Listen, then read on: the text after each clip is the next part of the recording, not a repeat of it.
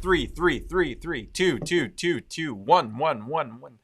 And welcome back to another edition of the Village Camera Nerd. This time we're not actually going to be reviewing camera gear. We're going to be talking about certain settings that make your camera gear better, specifically the Sony mirrorless cameras. Now we know that usually there's picture profiles in these mirrorless cameras that allow you to customize the look that you're shooting video in. It's no secret that Sony cameras take a little bit of work to make it look good right out of the camera. Usually there's a little something.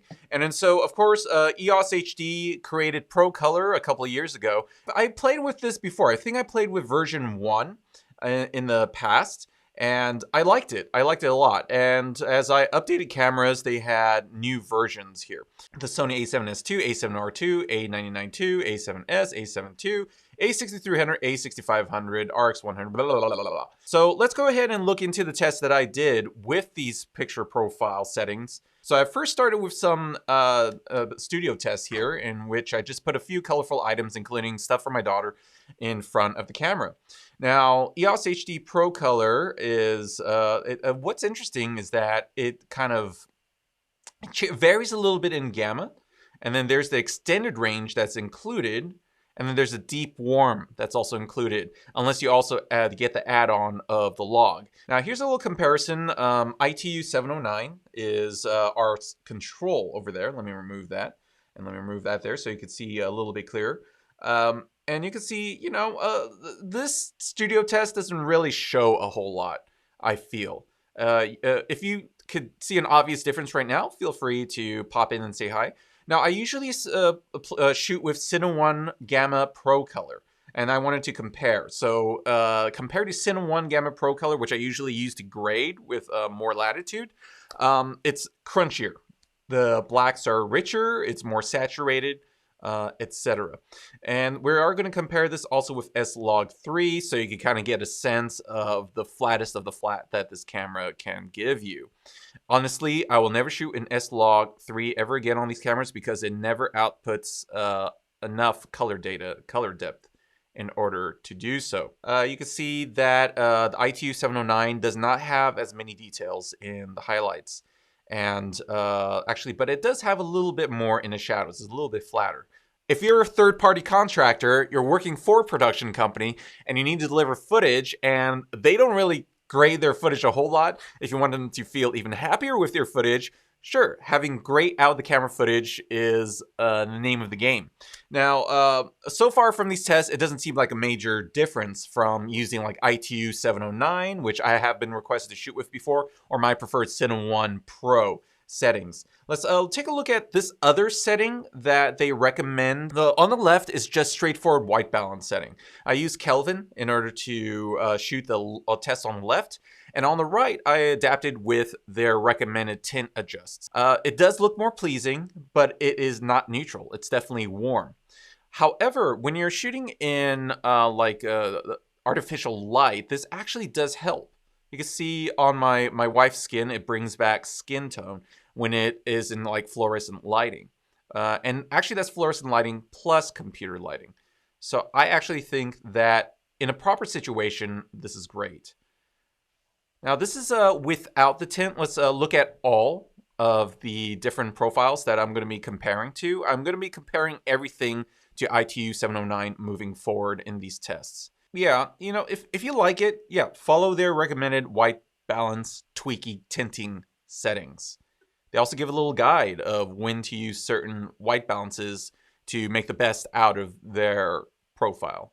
So I'm going to move on to the third test, which I'm actually going to be comparing the A7 III to the A6500. Now, the Pro Color 3.0 is not designed for the A7 III, but I wanted to see, like, is there really that big of a difference? Let's find out, shall we? Okay, on the left is the A6500, which the Pro Color is actually designed for. The A7 III Pro Color original setting over there. I don't really see that big of a difference. Really, maybe it's a little bit more green on the A7 III, tiny bit. What do you guys think? Do you guys see anything big? Yeah, give me a shout out. Let me know. So this is XR, extended range. What's interesting about extended range, I tend to notice, is that it is overall brighter. I'm not sure if that's like 1/3 of the stop, 1/2 the stop, or whatever, but brighter than other profiles. Now, deep warm is more designed for nighttime tungsten lighting to turn yellows into a little bit more of a red, and that is a certain look that I suppose they like. I'm not sure if I like. But as you can see, there isn't that ton of a difference when it comes to A7 III versus A6500. So I don't mind actually applying the A6500 Pro Color 3.0 setting onto the A7 III, even though it is not designed for it. The version 4.0 is. Okay, now let's actually take a look at how these profiles compare in terms of blowouts. I think this is where the strengths come out, actually.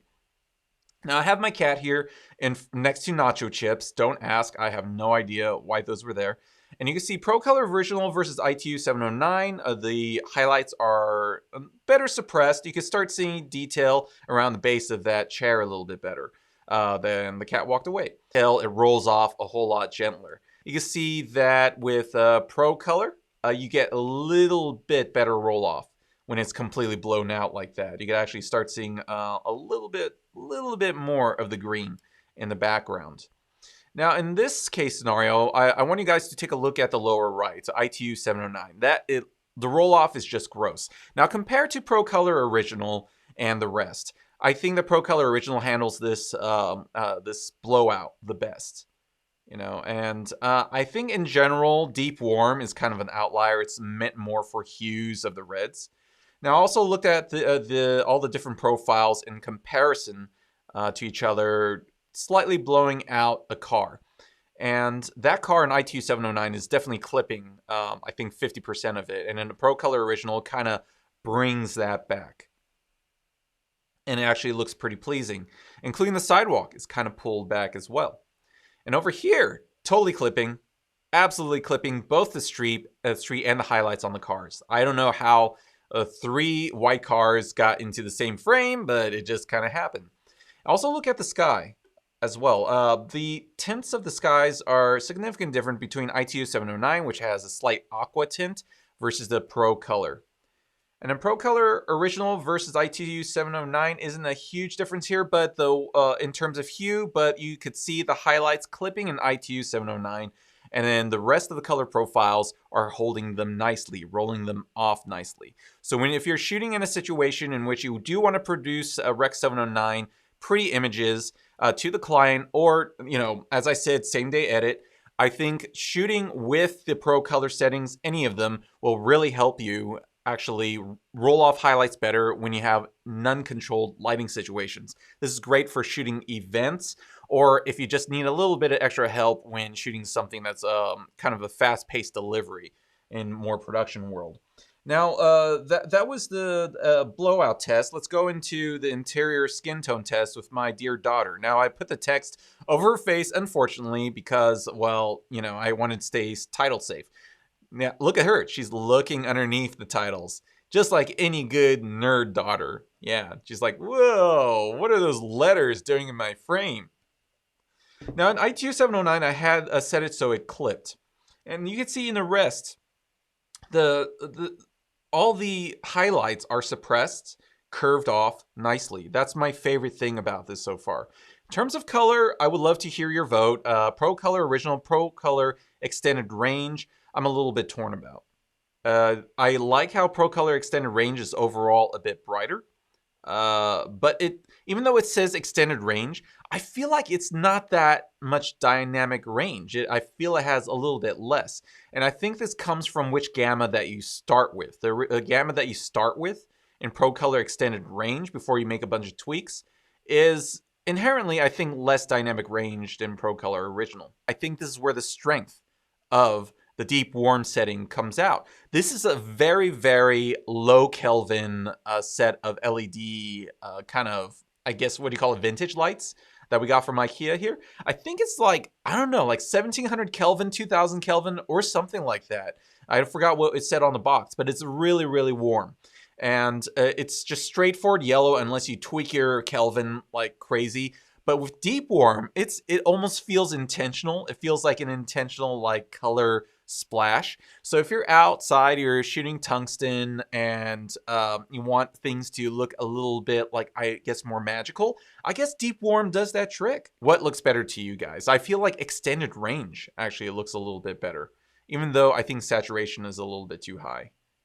Yeah, I think this is how I would grade it, actually. All right, this one I couldn't really tell that big of a difference, other than Pro Color Original has better dynamic range, it feels like, while Pro Color Extended Range is a little bit brighter and starts to get into the roll-off at that point. Now, this is all shot with the same exposure. This is with the A7 III, since the A7 III does not differ that much. Now, from what you see right now, please shout out in the comments, like, what looks good to you? Okay, so I did take these out on a nature test as well, and I used the exact same lineup of looks.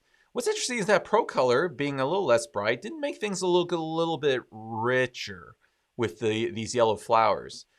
Deep Warm, I guess it's less yellow. Then I went into the shade, also filmed these flowers, and overall, Pro Color Extended Range seems to be a little bit flatter when exposed exactly the same. So Pro Color Original versus Extended Range, it looks like Extended Range starts rolling off into clippy territory. ITU 709 absolutely losing color detail. Pro Color Deep Warm seems to do best with that yellow. So I guess if you have anything yellow or whatever and you don't want it to clip, yeah, go for Deep Warm. And this backlit example, I did not notice that big of a difference, actually. I think, yeah, sure, it's more contrasty when it comes to in ITU 70 compared to ITU 709 to go with Pro Color. But other than that, it looks like roll-off is about the same.